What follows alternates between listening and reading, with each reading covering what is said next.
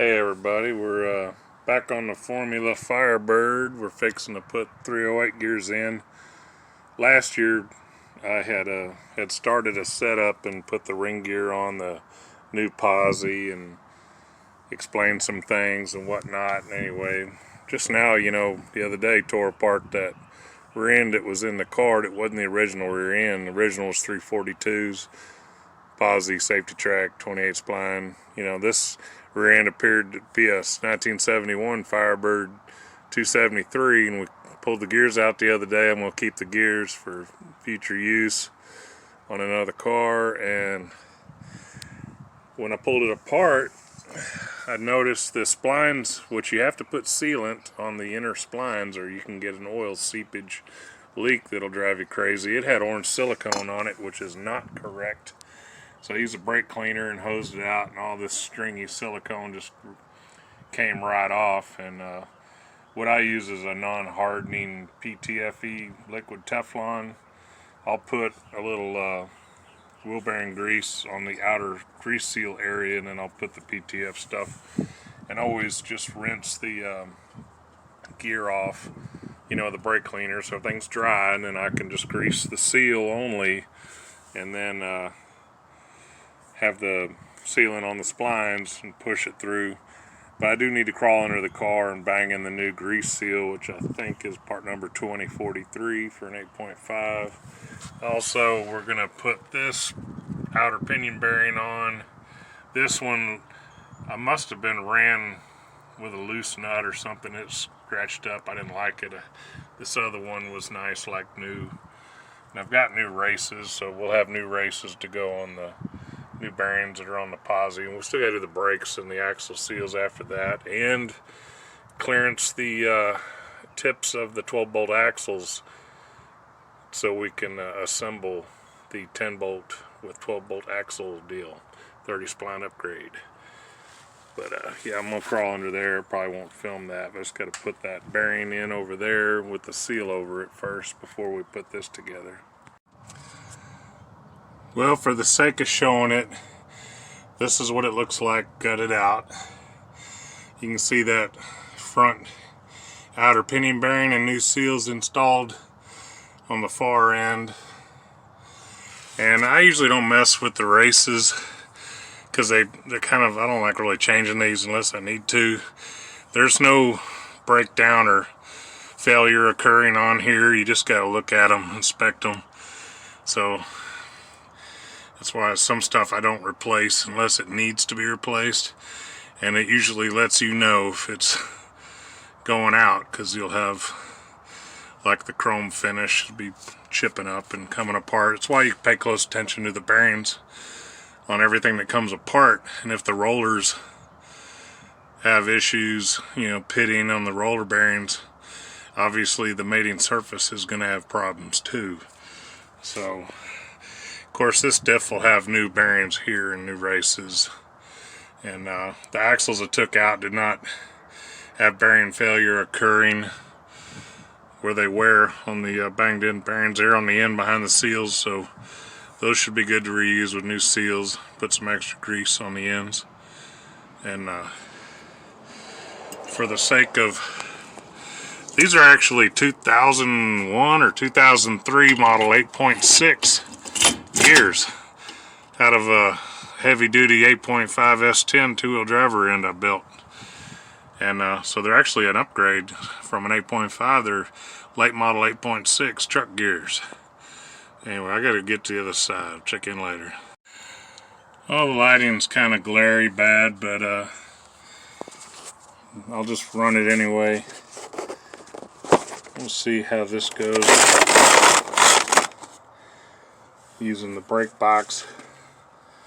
So I've got the old pinion nut that I may or may not replace. I have done the Loctite and stake the threads. You can actually bang on these and recrimp it so it'll plus Loctite, and you can reuse these things. But I've got to hold the back of the pinion. Got the grease and the sealant on here. I'm not going to put the washer on this nut until I draw it together, and then I'll pull the nut back off. But I've got the impact on kill mode.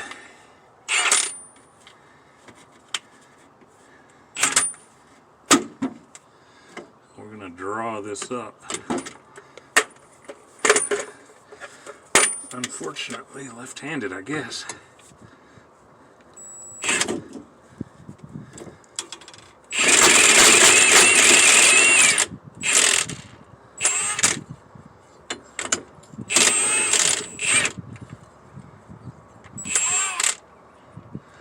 Maybe I put it on reverse. I thought I had this. Oh. Okay. Let's try that again.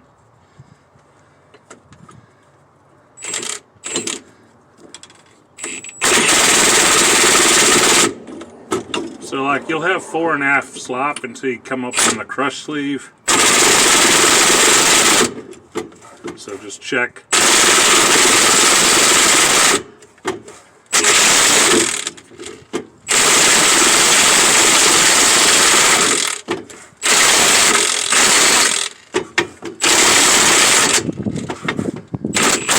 Still has 4 1/2 play.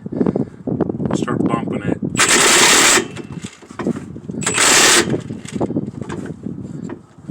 Still clunks a little. Almost there.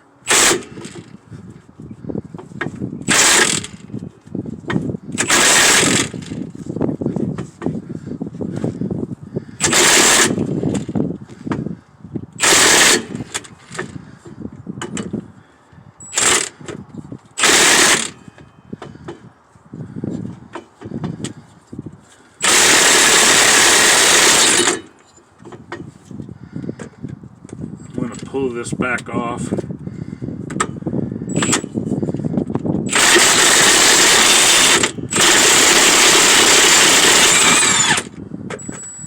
Add the washer back.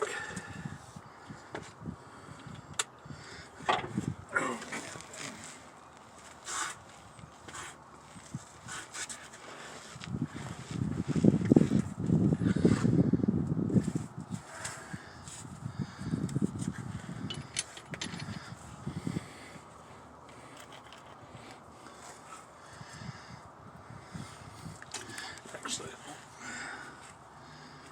this is not the final install. I'm just doing some torque.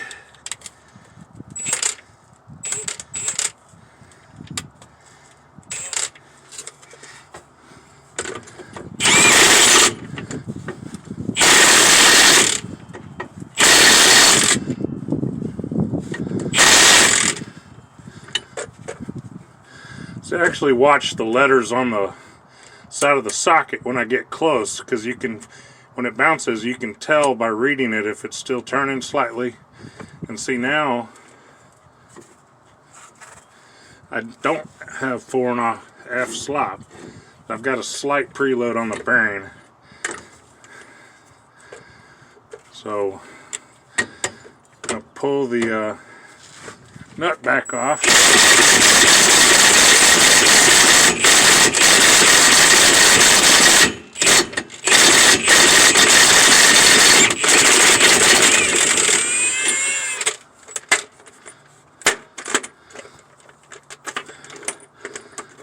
Might even charge the battery a little bit for the final install.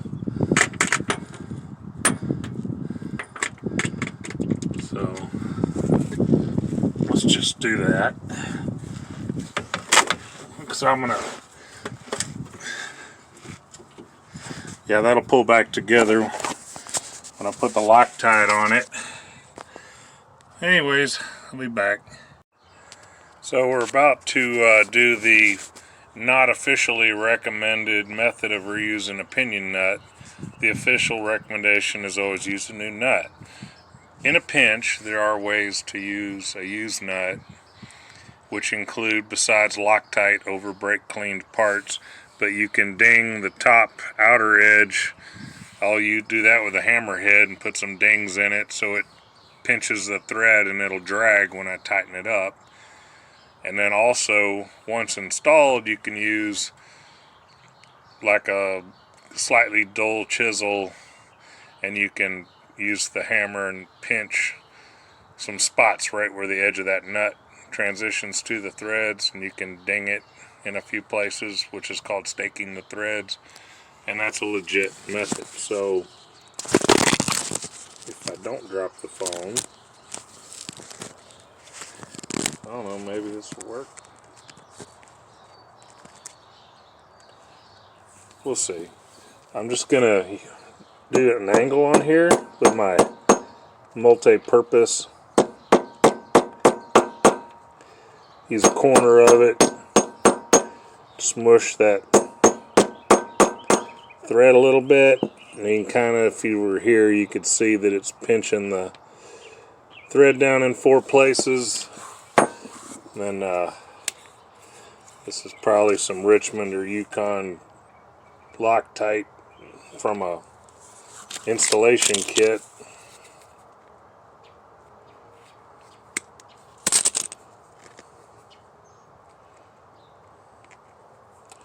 See if I can get some of that out of there.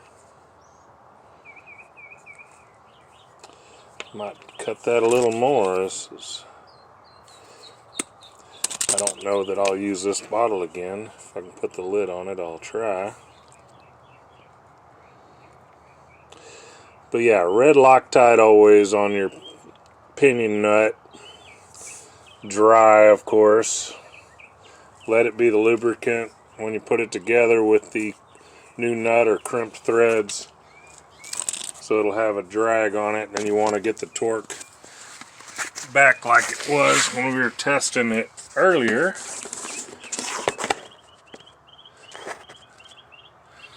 Which this time should be final installation.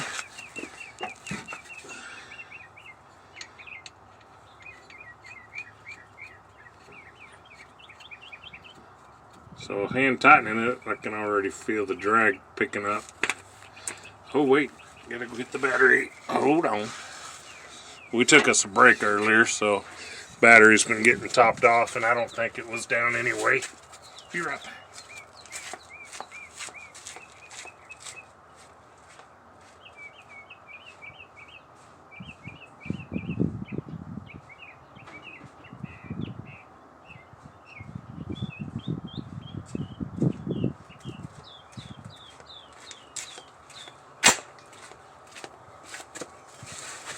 Yeah, the battery charger didn't even show that it needed a charge. I just thought I'd do it anyway. This is actually the battery that came with the cordless weed eater, but I'll use it on here.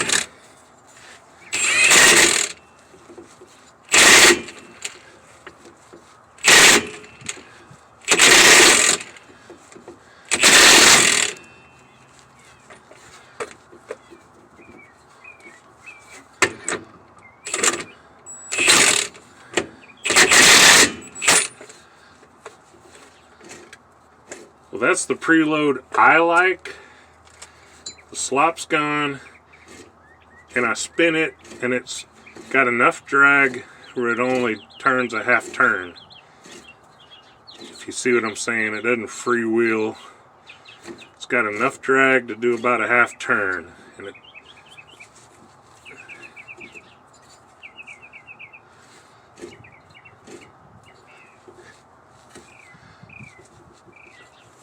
might go one more little bump.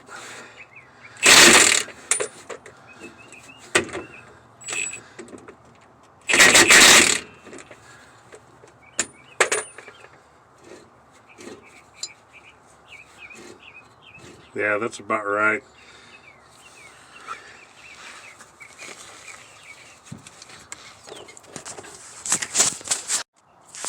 Here's the used 8.6 late model 308 gears with the new posi bearings installed last year.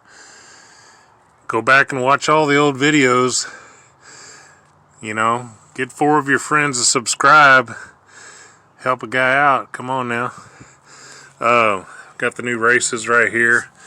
We're gonna set it up in there and get ready to start fiddling around to try to get the shims where we need to be to get her together.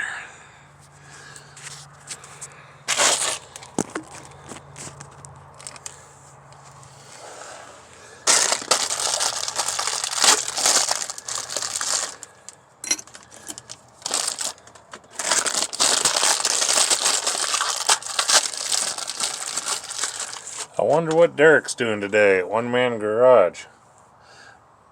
Well, he's not. That's me.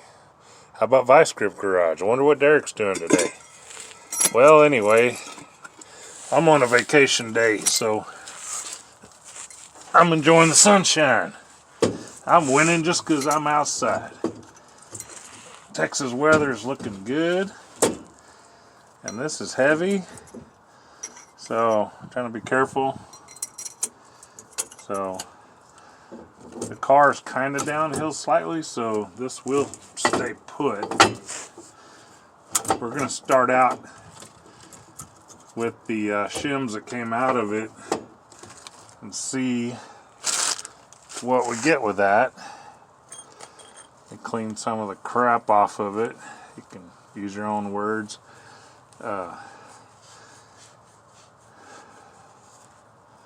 Because, you know, when you put the factory shims, is a cast shim on each side, and of course aftermarket you get thin shims and thick shims, so you can make adjustments because they just use a exact size single shim. Because you got to get the gear mesh right, but you got to have a little preload also on the bearings. Every now and then you can just put the old ones back in and get preload in, get the backlash where it's supposed to be. Of course, you know, I've got multiple shims from leftover gear installations. I got all kinds of leftover junk, so usually I don't have to buy anything. It's just a perk of doing this every now and then. You end up with some extra parts. See, like this, it's nowhere near tight enough. I got no preload. I got nothing. So we're gonna have to go get the other shims. Probably wash my hands and shut her down till we get close. Go from there. Gotta fire up the old 454. We're gonna park it behind the Firebird while we're working on it, since I moved the old Catalina yonder back there. Just because I don't like leaving stuff in the driveway with, I don't know, I just like to park behind it.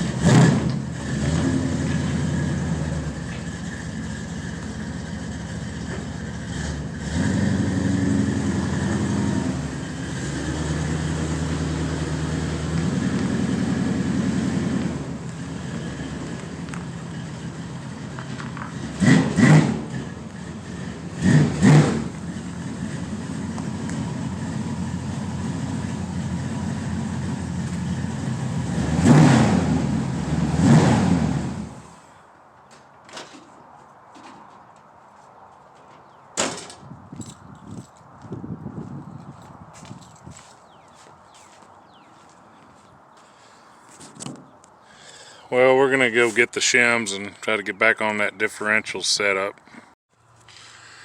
Well, using the dial caliper and playing around with different shims to get preload and get a good feel for the backlash. Torque the caps down, and I'm getting right, let's see,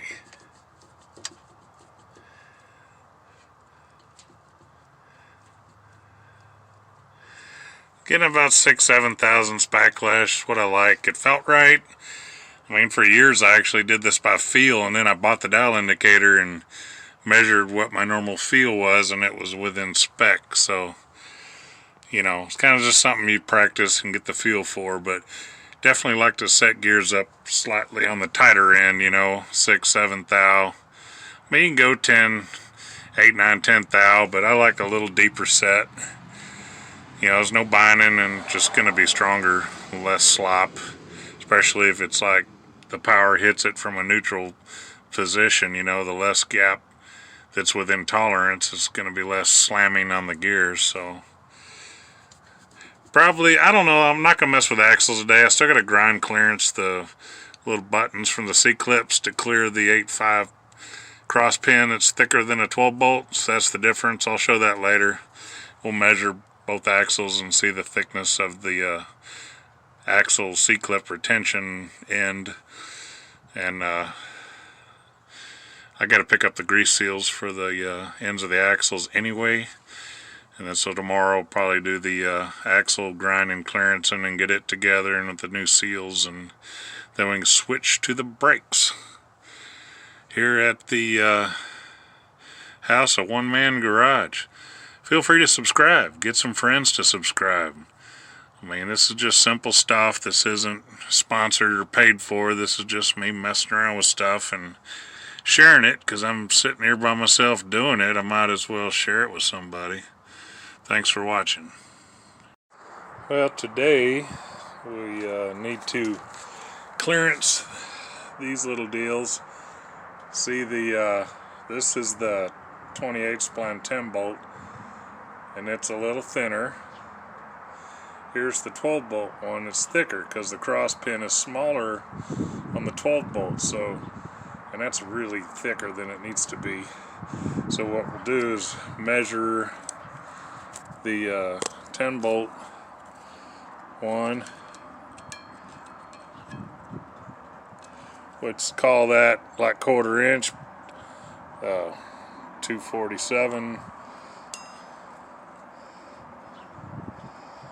and that is 313. So basically I just got to get these down to 1/4 inch, and then we got to knock the studs in it, rub some grease on here because they're already getting rusty, because, well, I just didn't work on it and these sat. Should have left them in the dang box. They were in the garage all winter, open. Oh well. So we'll rub her down with some good grease, maybe even Scotch-Brite a little bit.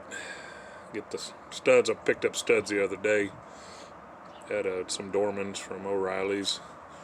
So anyway, I'm gonna work on grinding. I ain't gonna video that, so whatever. I know I showed this before on the other rear end, but we're gonna do it again. To use the old axle as a pry bar tool to pop the axle seals out. In case you've never done it, get my ass out of the way. The little lip here will catch. See? Boom. Super easy.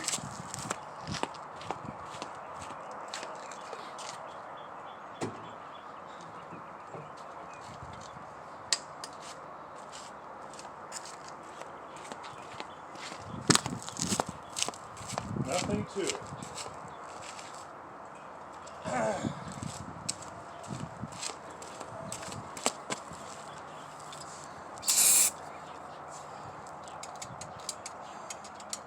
Bearing rollers look good. Not concerned about any of that. Just gonna go ahead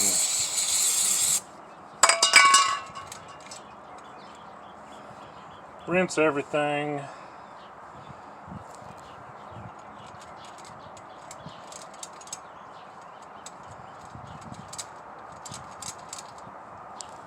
Got the new 8660S.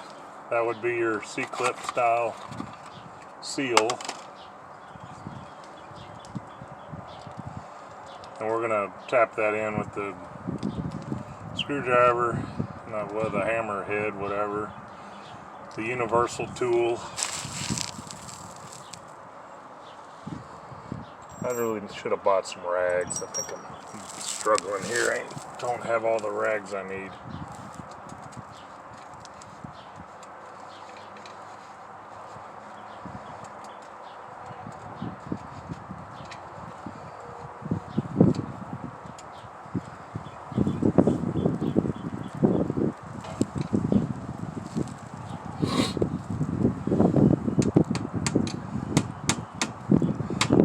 just work the seal around, you know.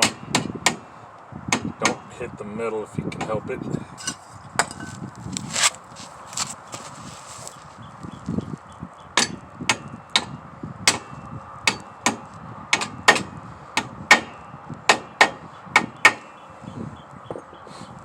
And then we'll be test fitting that axle in a moment.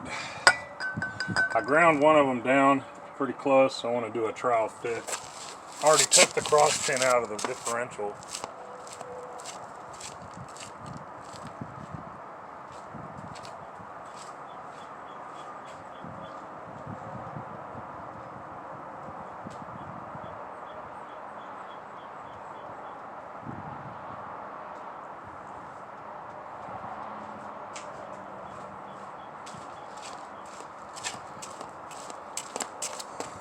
This will just be a test fit because I still have to put the studs in it.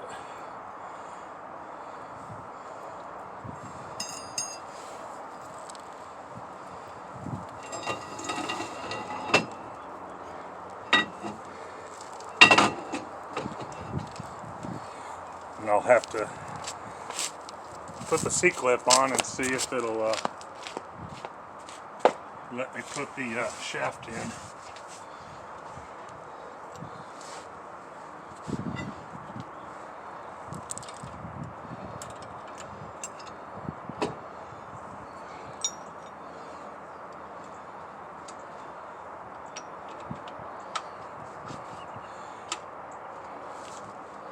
That's a go. Yep, that is good.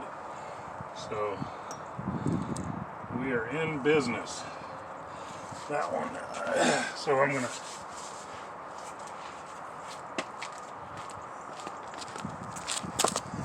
pull that axle out and put the studs in. Then we'll get that back in place. Well, I got the studs banged in and put the axle back with the C-clip, so probably not going to video any more of this. It's redundant to my other videos, and just kind of tired of videoing right now. Yeah, I know, it's hard to believe, isn't it? I got brakes to do. I'm going to change the wheel cylinders out, and so on and so forth. I still got to grind the other axle to clearance it, so I'll be doing that, and then you know, so on and so forth. So thanks for watching. Subscribe if you haven't, and tell some other people too. I mean, you know, can't be just you watching this. Might be somebody else. Might want to. No? Okay. Well, I'm still going to do them anyway. Thanks. Bye.